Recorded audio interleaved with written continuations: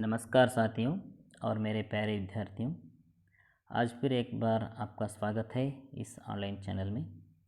आज हम सर्वनाम के बारे में चर्चा करेंगे।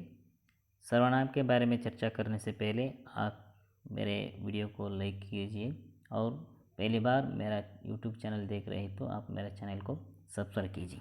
तो चलिए, सर्वनाम किसे कहते हैं या सर्वनाम की शाब्दिक अर्थ क्या होता है ये जान लीजिए। तो पहले परिभाषा में सर्वनाम के बारे में कहते हैं, संज्ञा के बदले में प्रयोग करने वाले शब्दों को सर्वनाम कहते हैं। और एक परिभाषा इस प्रकार है, जिनका प्रयोग संज्ञा के स्थान पर होता है ऐसे शब्दों को सर्वनाम कहते हैं। जो सुनिए यहाँ पर, संज्ञा के बदले में प्रयोग करने वाले शब्दों को संज्ञा कहते हैं और जिनका प्रयोग संज्ञा के स्थान पर होता है यानी बार बार आने वाले संज्ञा को रोकने के लिए सर्वनामों की प्रयोग किया जाता है। तो यहाँ पर थोड़ा ध्यान से सुनिए। संज्ञा का अर्थ होता है नाम और सर्व का अर्थ होता है सब, यानी सर्वनाम का अर्थ होता है सब का नाम। तो चलिए अब यहाँ पर मैं आपको एक वाक्य दिखाता हूँ। तो इस वाक्य में आप देख सकते हैं, रवि ने रवि के भाई से कहा कि रवि की माँ से पूछकर कल रवि के पिता के पास जाएगा। तो यहाँ पर संज्ञा बार बार आते हैं और यह वाक्य पढ़ते समय आप अकड़ते हैं, लेकिन यही वाक्य में संज्ञा के बदले सर्वनाम का प्रयोग करते हैं तो किस प्रकार परिवर्तन होते हैं देख लीजिए। रवि ने अपने भाई से कहा कि वो माँ से पूछकर कल अपने पिता के पास जाएगा। तो दोनों वाक्यों को यहाँ पर तुलना कर सकते हैं संज्ञा के स्थान पर सर्वनाम की प्रयोग करने से, जिस प्रकार वाक्य में सुंदरता की भावना उत्पन्न होती है। तो चलिए हम आगे चलते हैं सर्वनाम के भेद के लिए। सर्वनाम के भेद इस प्रकार है, 6 भेद किया जाता है। जो पहला पुरुषवाचक सर्वनाम, दूसरा निश्चयवाचक सर्वनाम, तीसरा अनिश्चयवाचक सर्वनाम, चौथा निजवाचक सर्वनाम, पांचवा प्रश्नवाचक सर्वनाम और संबंधवाचक सर्वनाम। तो चलिए हम पुरुषवाचक सर्वनाम किसे कहते हैं जानेंगे। पुरुषवाचक सर्वनाम किसे कहते हैं, जो यहाँ पर परिभाषा इस प्रकार है, जिस सर्वनाम शब्दों का प्रयोग वक्ता द्वारा खुद के लिए या दूसरों के लिए किया जाता है उसे पुरुषवाचक सर्वनाम कहते हैं। तो यहाँ पर उदाहरण देख सकते हैं, मैं, तुम और वह। जो परिभाषा में कहते हैं, जिन सर्वनाम शब्दों का प्रयोग वक्ता द्वारा खुद के लिए या दूसरों के लिए किया जाता है। तो यहाँ पर उदाहरण में देख सकते हैं, मैं, तुम, वह। इसमें मैं खुद के लिए प्रयोग कर सकते हैं, तुम और वह दूसरों के लिए प्रयोग कर सकते हैं। और पुरुषवाचक सर्वनाम के 3 भेद होते हैं।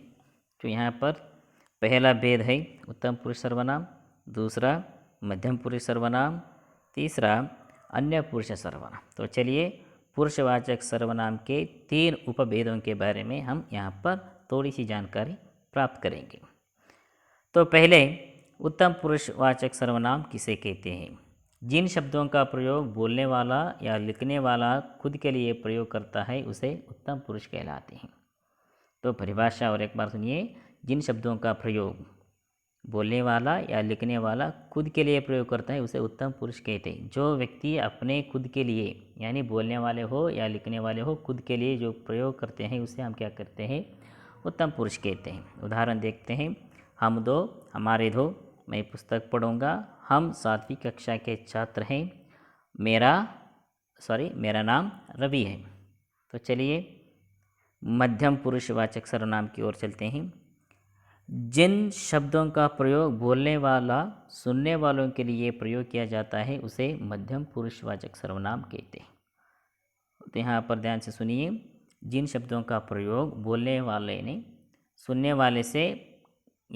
वाले के लिए प्रयोग किया जाता है उसे मध्यम पुरुषवाचक सर्वनाम कहते हैं। उदाहरण देखते हैं, तुम पाठ पढ़ाओ, आप इधर बैठिए। और अंतिम सर्वनाम के भेद है अन्य पुरुषवाचक सर्वनाम। जिन शब्दों का प्रयोग किसी तीसरे व्यक्ति के बारे में बात करने के लिए प्रयोग किया जाता है। जो और एक बार सुनिए, जिन शब्दों का प्रयोग किसी तीसरे व्यक्ति के बारे में बात करने के लिए होता है उसे हम क्या कहते हैं? अन्य पुरुषवाचक सर्वनाम कहते हैं। आप उदाहरण देख सकते हैं। उसके पास किताब है, वो पढ़ाई नहीं करता है। ये सारे पुरुषवाचक सर्वनामों के उपभेद है। तो चलिए और थोड़ा आगे चलते हैं। निश्चयवाचक सर्वनाम, जो आप शब्द सुनते ही, निश्चय नाम सुनते ही आपके मन में कुछ विचार आते हैं निश्चित रूप होने वाले। तो परिभाषा इस प्रकार देख लीजिए। जो सर्वनाम किसी व्यक्ति अथवा वस्तु का निश्चित बोध कराते हैं उसे निश्चयवाचक सर्वनाम कहलाते हैं। नाम ही यहाँ पर आपको बता दे रहे कि निश्चय। तो उदाहरण इस प्रकार है, यह कार मेरी है। और एक उदाहरण है, वे हमारे माता पिता हैं। ये आपके सरलता से समझ में आ रहे कि निश्चित रूप से प्रयोग करने वाले शब्द को हमें निश्चयवाचक सर्वनाम कहलाते हैं। और अनिश्चयवाचक सर्वनाम, निश्चित के लिए उल्टे। तो परिभाषा इस प्रकार है, जिन सर्वनाम शब्दों से वस्तु, व्यक्ति, स्थान आदि की निश्चितता का बोध नहीं होता वे अनिश्चयवाचक सर्वनाम कहलाते हैं। जो ऊपर निश्चयवाचक सर्वनाम है उसके उल्टे अर्थ देने वाले हैं अनिश्चयवाचक सर्वनाम। तो उदाहरण देख लीजिए। कोई आ रहा है और मुझे कुछ खाना है। और एक उदाहरण है, मुझे बाज़ार से कुछ लाना है। तो यहाँ पर आप देख सकते हैं कि निश्चय में निश्चित रूप से कह रहे कि यह कार मेरी है, लेकिन अनिश्चयवाचक सर्वनाम में कह रहे कि कोई आ रहा है। तो आ रहा है लेकिन पता नहीं कौन है, लेकिन निश्चय में कहते हैं यह कार मेरे है, पक्की रूप से हम कहते हैं। तो हम आगे चलते हैं। निजवाचक सर्वनाम। निजवाचक सर्वनाम किसे कहते हैं? जो सर्वनाम स्वयं यानी निज के लिए प्रयोग किया जाता है वे निजवाचक सर्वनाम कहलाते हैं। आप कंफ्यूज मत कीजिए, क्योंकि निश्चयवाचक सर्वनाम अलग है, निजवाचक सर्वनाम अलग है। निजवाचक सर्वनाम में स्वयं यानी खुद के लिए प्रयोग किया जाता है। उदाहरण देख लीजिए। मैं अपने काम स्वयं कर लूँगा। और एक उदाहरण है, वह खुद ही चला गया। जो सर्वनाम स्वयं यानी निज के लिए प्रयोग किया जाता है, अपने खुद के लिए कुछ सर्वनामों का प्रयोग किया जाता है, उन्हें हम क्या कहते हैं? निजवाचक सर्वनाम कहते हैं। तो आगे चलते हैं। प्रश्नवाचक सर्वनाम। आपके शब्द में ही समझ में रहेगी प्रश्न पूछने लायक। तो परिभाषा देख लीजिए।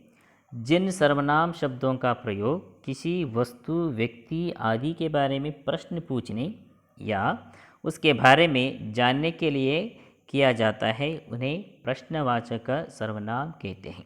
जो प्रश्नवाचक सर्वनाम शब्द में ही आपको पता चल रहा है कि हम सब लोग इन सर्वनामों को किस तरह प्रयोग करते हैं?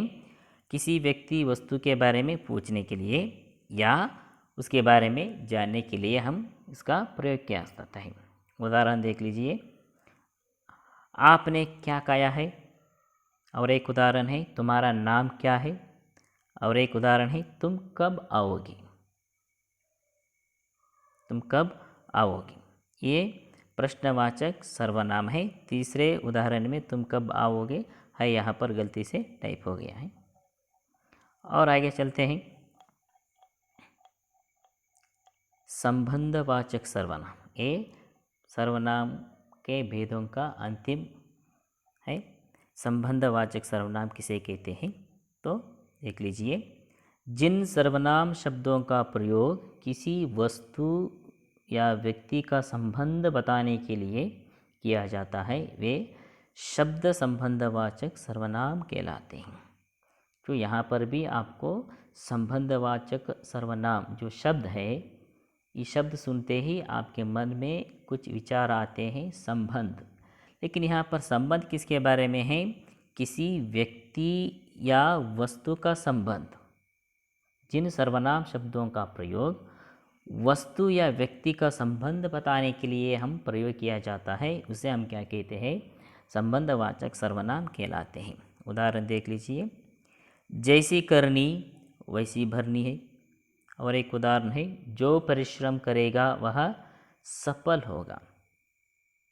जैसा राजा और वैसा प्रजा, ये संबंधवाचक सर्वनाम के लिए उदाहरण है। आप सभी को धन्यवाद। प्लीज़ इस वीडियो को शेयर कीजिए, लाइक कीजिए और आपको पसंद आए तो मेरे चैनल को सब्सक्राइब कीजिए, क्योंकि अगले वीडियो आपको जल्द से मिलेगा। थैंक यू, धन्यवाद।